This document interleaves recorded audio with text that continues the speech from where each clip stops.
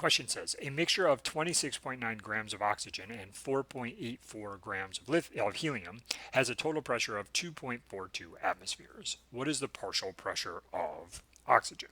So this is coming from Dalton's law of partial pressures. And Dalton's law of partial pressures tells us that the pressure of oxygen is equal to the total pressure times the mole fraction of oxygen. So note that a mole fraction is exactly the same as a percentage. It's the part divided by the whole. The only difference is a fraction you don't multiply by 100. So the fraction is out of 1. So for example, air is 78% nitrogen. That means the mole fraction of nitrogen in air is 0.78. In air, oxygen is about 21% of air that you're breathing right now. And that means that the mole fraction of oxygen is 0.21. So 21% becomes 0.21. You just don't multiply by 100.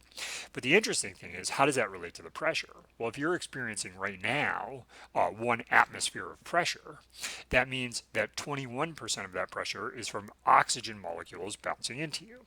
Said another way, 0.21 atmospheres of the pressure is from oxygen. So it's the total, the 1 atmosphere from the air, times the mole fraction, which is the same as a percentage, just not multiplied by 100, to find the pressure of the individual gas. So this kind of makes sense, right? Because air is exerting pressure by bouncing into stuff. So if the air is 21% oxygen, 21% of the pressure you're experiencing is coming from oxygen. So 0.21 atmospheres are coming from oxygen.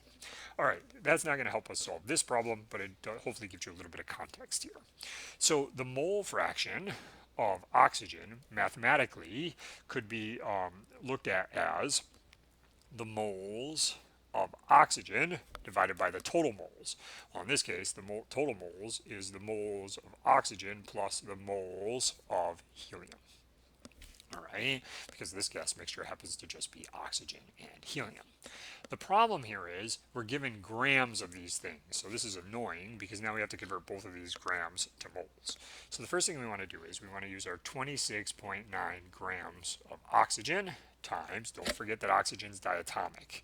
So you have to put 32 grams of oxygen, not 16, per 1 mole of oxygen. So we convert grams to moles, and we find that there are 0.841 moles of oxygen in our mixture. We now want to repeat that for helium. So in this case, we have 4.84 grams of helium times, for every 1 mole of helium, there's 4.00 grams of helium. And when you do that math, you find that there's 1.21 moles of helium in this sample. We can now solve for the mole fraction of oxygen.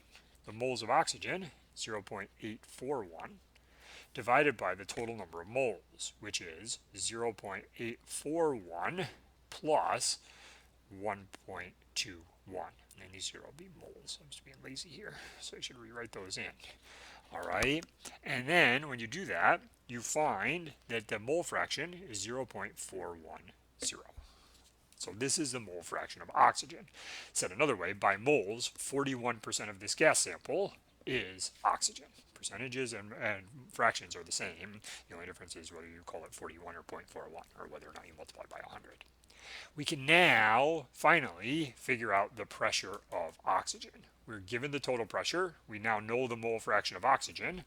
So the pressure of oxygen is the total pressure, the 2.42 atmospheres, times the partial pressure, which is 0.41, excuse me, the mole fraction, which is 0.410. When you do that math, 41% of the 2.42 is 0.992 atmospheres. So 0.992 atmospheres of this gas sample are from oxygen molecules bouncing into the side of the container, and the rest of the pressure, this minus this, is from helium molecules bouncing into the side of the container.